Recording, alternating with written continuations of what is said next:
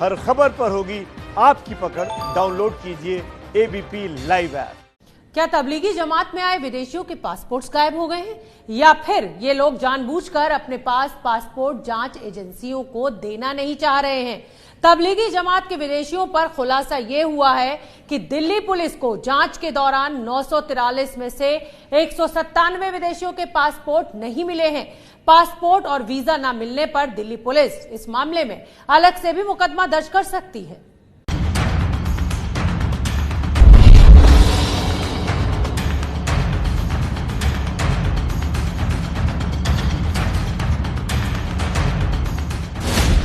अगर दुनिया के कोने कोने से विदेशी मौलाना साद के मरकज में शामिल होने आए थे तो कहां हैं इनके पासपोर्ट?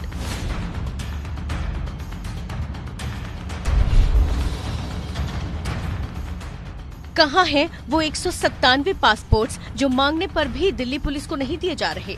मौलाना साद और तबलीगी जमात की जांच कर रही दिल्ली पुलिस को पता चला था कि कुल 943 विदेशी नागरिक दिल्ली में मौजूद हैं, जिन्होंने निजामुद्दीन के इस मरकज में हिस्सा लिया था। मरकज में हिस्सा लेने आए ये जमाती करीब 40 से ज्यादा देशों के बताए गए थे। इसके बाद इन सभी जमातियों को दिल्ली के अलग अलग इलाकों में क्वारंटीन कर दिया गया था, क्योंकि ज्यादातर जमाती कोरोना पॉजिटिव निकले थे। दिल्ली पुलिस सूत्रों के मुताबिक आरंभिक पूछताछ के दौरान इन विदेशी जमातियों को एक प्रश्नावली दी गई थी, जिसके जवाब में इन विदेशी जमातियों ने माना था कि वो पासपोर्ट और ई वीजा के जरिए भारत आए थे। जब इनसे इनके पासपोर्ट और ई वीजा मांगे गए तो इनमें से लगभग 197 जमातियों ने अपने दस्तावेज पेश नहीं किए।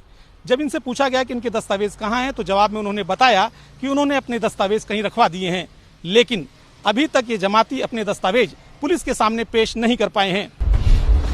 एबीपी न्यूज के पास दिल्ली पुलिस का वो दस्तावेज मौजूद है जिसमें डीसीपी के हस्ताक्षर हैं, और इस दस्तावेज में लिखा है कि अब तक की पूछताछ और जांच के दौरान 943 में से 746 विदेशी पासपोर्ट या पहचान पत्र अब तक मिले हैं। इनमें 723 पासपोर्ट और 23 नेपाली पहचान पत्र शामिल हैं। लगभग 197 पासपोर्ट बरामद नहीं हो सके हैं।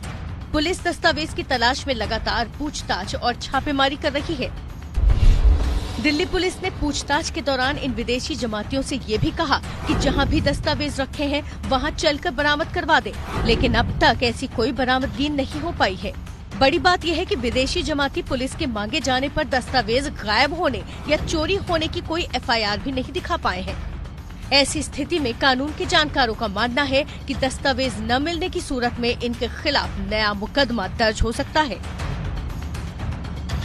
अगर वो किसी वजह से उसको पासपोर्ट या वीजा नहीं पेश कर सकता है, नहीं दिखा सकता है या आनाकानी करता है, और इससे ये प्रतीत होता है कि उसके पास ना तो पासपोर्ट है ना प्रॉपर वीजा है, तो उस आदमी के खिलाफ, उस फॉरेनर के खिलाफ पासपोर्ट एक्ट और इमिग्रेशन एक्ट दोनों में एक अलग से मुकदमा भी दर्ज हो सकता है, या फिर किसी और मुकदमे में ऑलरेडी कोई इन्वेस्टिगेशन चल रही है तो उस इन्वेस्टिगेशन के दौरान भी पासपोर्ट एक्ट या इमिग्रेशन एक्ट जो भी लागू होता है उसके सेक्शंस उस पर लगाए जा सकते हैं और ट्रायल के लिए कोर्ट में भेजा जा सकता है। दिल्ली पुलिस सूत्रों के मुताबिक इन विदेशी जमातियों को दिल्ली में जिन जिन जगहों पे क्वारंटीन किया गया था वहां भी इनके दस्तावेजों की खोज की गई, लेकिन ये दस्तावेज अभी तक नहीं मिल सके हैं।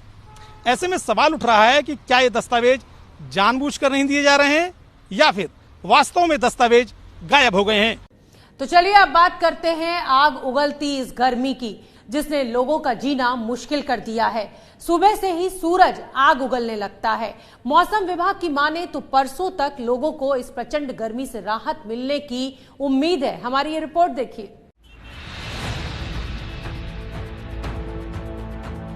बहुत खतरनाक गर्मी है चूरू में। कोरोना और ये दोनों एक साथ सितम ढा रही है आम जनता पे। ये तस्वीरें राजस्थान के चूरू की हैं। यहाँ गर्मी का टॉर्चर जारी है। पारा अभी से 50 डिग्री के पास पहुँच गया है। चूरू में गर्मी ऐसे तेवर दिखा रही है कि तपती सड़कों का तारकोल भी पिघलने लगा है। ऐसे में प्रशासन सड़कों पर कड़ी धूप के बीच पानी का छिड़काव करने में जुटा है।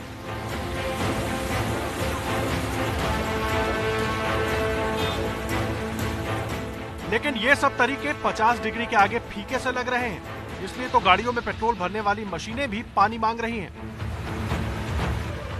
चूरू का तापमान 50 के पार जा रहा है, इसलिए इसमें थोड़ी थोड़ी देर में इसमें पानी डालना पड़ता है, वरना ये चलती नहीं है। लू और गर्म थपेड़े मारती हवाओं के बीच सड़कों पर सन्नाटा है, तो गर्मी से बचने के लिए जानवरों को भी कूलर की जरूरत पड़ रही है। बहुत खतरनाक गर्मी है चूरू में। 50 डिग्री के आसपास टेम्परेचर चूरू में चला गया है। मुरादाबाद की ये तस्वीर देखिए। यहाँ दिल्ली लखनऊ हाईवे के पास से गुजर रहे लोगों को ठंडा शरबत पिलाया जा रहा है ताकि इस चिलचिलाती धूप से लोगों को कुछ राहत मिल सके। बहुत ही बढ़िया लोग कर रहे हैं भैया, जो भी भाई लोग कर रहे हैं।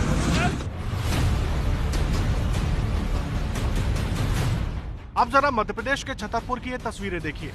एमपी के कई इलाकों में पारा 45 डिग्री के पार है।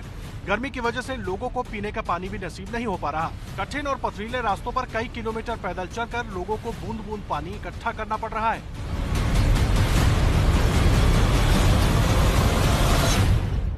पानी यहाँ पहाड़ से झरना चलता है, उससे भरने के लिए घाटी नीचे आती है। घाटी बहुत लंबी है, 400-500 फुट की गहराई पे। पानी घाट के नीचे जाते हैं 2-4 किलोमीटर दूर, वहाँ से चढ़ते हैं, फिर यहाँ आते हैं।